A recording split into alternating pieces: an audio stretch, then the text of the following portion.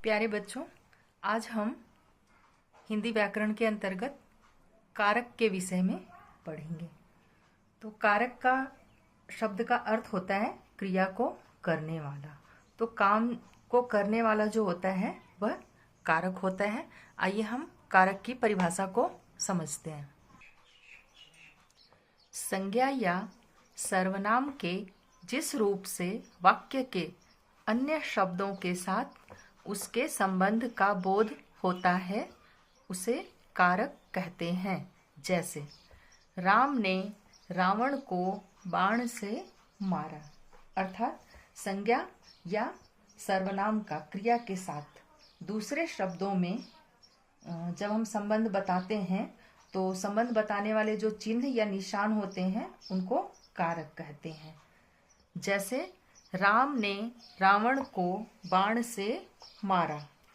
अब यहाँ पर देखिए, ये ने, को और से, ये जो शब्द हैं इन्होंने पूरे वाक्य को जोड़ा है और एक दूसरे के साथ संबंध बताया है। तो ये जो शब्द हैं ने, को, से, ये कारक शब्द हैं। तो आइए अब हम कारक के भेद को समझते हैं। बच्चों, कारक के 8 भेद होते हैं। पहला भेद है कर्ता कारक।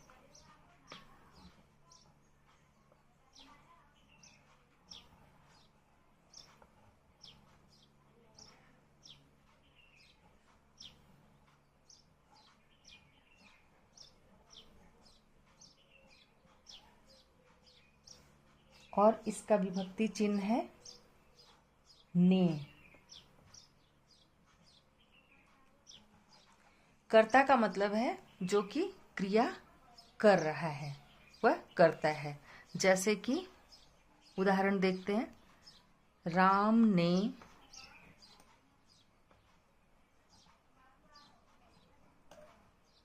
खाना खाया।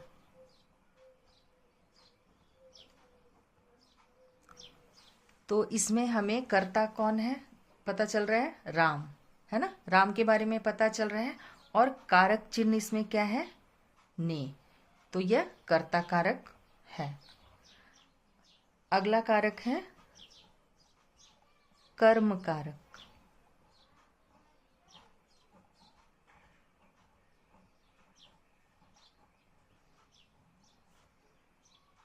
कर्म कारक का विभक्ति चिन्ह है को।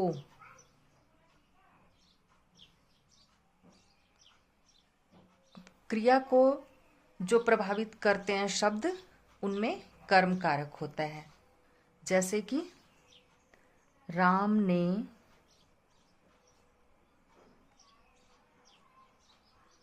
रावण को मारा। अब यहाँ पर क्रिया से कौन प्रभावित हो रहा है, रावण, है ना। और इसका विभक्ति चिन्ह को है। तीसरा कारक है करण कारक।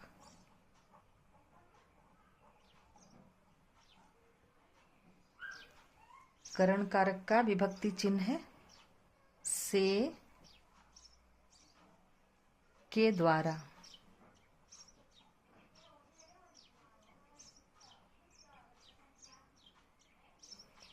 अब जिस साधन के द्वारा कर्ता अपनी क्रिया को पूर्ण करता है उसे करण कारक कहते हैं।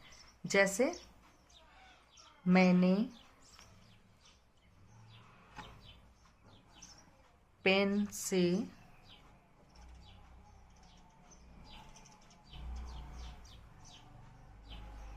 कॉपी में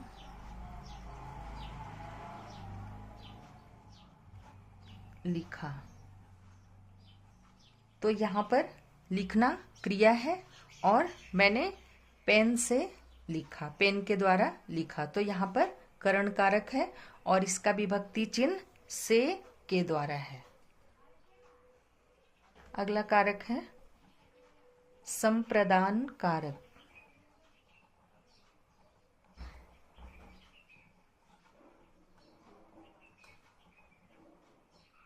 संप्रदान कारक का विभक्ति चिन्ह है को, के लिए। अब संप्रदान कारक को समझते हैं। जिसके लिए क्रिया की जाती है वह संप्रदान कारक होता है। इसे एक उदाहरण से समझते हैं। जैसे माँ ने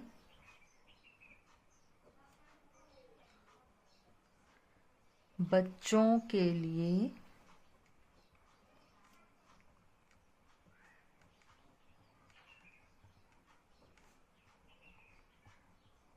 फल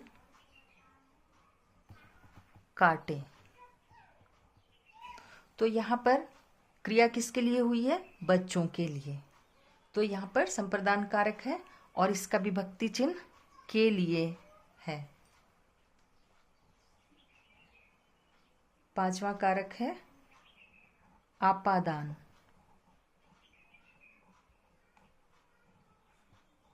आपादान कारक और इसका विभक्ति चिन्ह है से, अलग होने के लिए।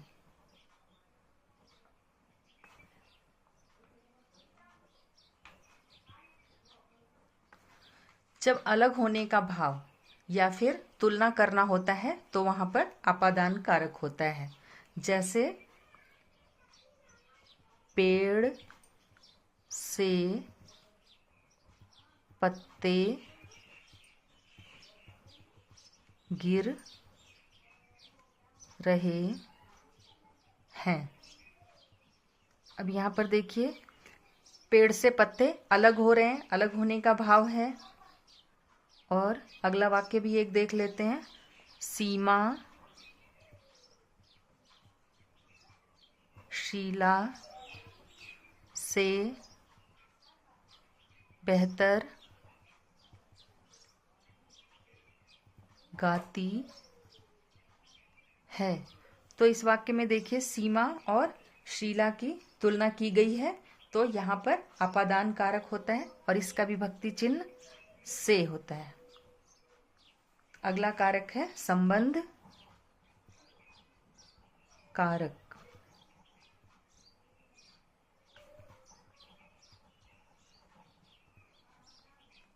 और इसका विभक्ति चिन्ह है का, के, की, रा, री, रे, ना, नी, ने। अब जो ये संबंध कारक है, जब वाक्यांश के अन्य पदों से पारस्परिक संबंध होता है तो वहां पर संबंध कारक होता है। जैसे मेरी पेंसिल खो गई।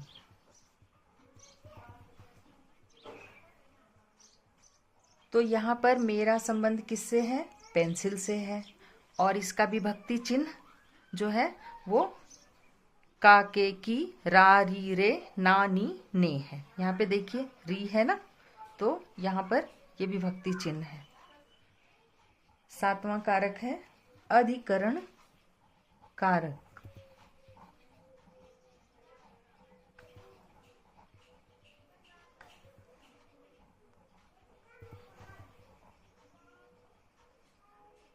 और इसका विभक्ति चिन्ह है में, पर। अब संज्ञा या सर्वनाम के क्रिया के आधार या स्थान को जो दर्शाता है, जहां पर ये पता चलता है, तो वहां पर अधिकरण कारक होगा। जैसे चाकू मेज पर रखा है। तो चाकू का स्थान हमें पता चल रहा है, चाकू कहाँ है? मेज पर। बाल्टी में पानी है। तो पानी कहाँ है? बाल्टी में। तो इस प्रकार हम देख रहे हैं इन वाक्यों में कि इस संज्ञा के स्थान को, है ना, दर्शा रहा है जो शब्द, वो अधिकरण कारक है। तो कौन सा शब्द दर्शा रहा है? में। यहाँ पर इस वाक्य में में और यहाँ पर। तो यहाँ पर कौन सा कारक होगा? अधिकरण कारक। अगला कारक है संबोधन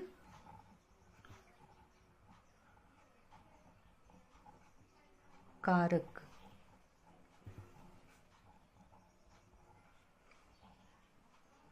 संबोधन कारक का विभक्ति चिन्ह है हे,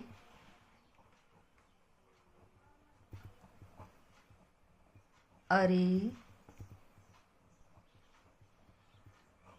अजी। तो संबोधन का अर्थ होता है किसी को बुलाना या पुकारना।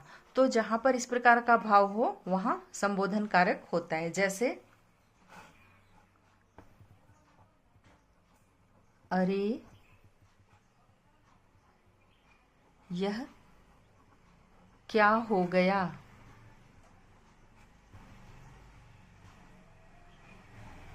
अगला वाक्य है हे भगवान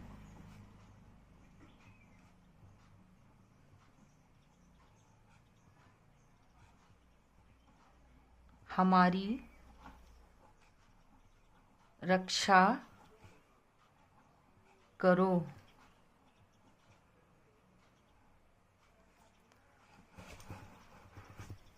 तो बच्चों, आशा करती हूँ कि आपको कारक समझ में आ गया होगा।